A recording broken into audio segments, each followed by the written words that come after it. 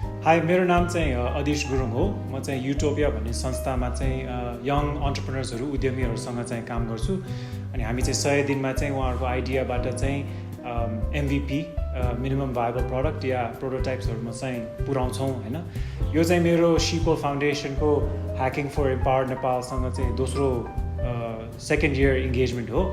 अनि 2 वर्षमा चाहिँ मैले के चाहिँ देखेँ भने यहाँको टिम्सहरूलाई स्पेसली गर्ल्सको टिम्सहरूलाई चाहिँ सबभन्दा ठुलो चुनौती भने नै यस्तो खालको अपर्च्युनिटी र मौका पाउनु नै हो।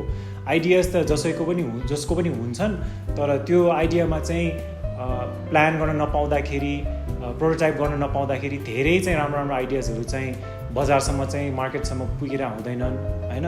सो यस्तो अपर्च्युनिटी पाएर चाहिँ ठुलो नेटवर्क स्थापना गर्नु, टिम्समा काम गर्न सिक्नु, आफ्नो स्किल्सहरूलाई कम्प्लिमेन्ट गर्ने मान्छेहरू खोज्नु नै सबभन्दा ठुलो कुरा हो।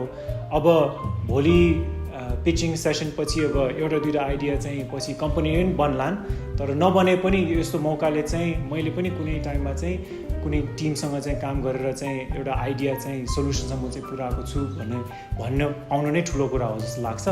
सो त्यही कारण चाहिँ आई थिङ्क सिको foundation is doing a really good job. अनि पछि पनि भविष्यमा पनि अरू पनि ह्याकाथन होस् भन्ने चाहिँ मेरो त्यही विश छ। Thank you.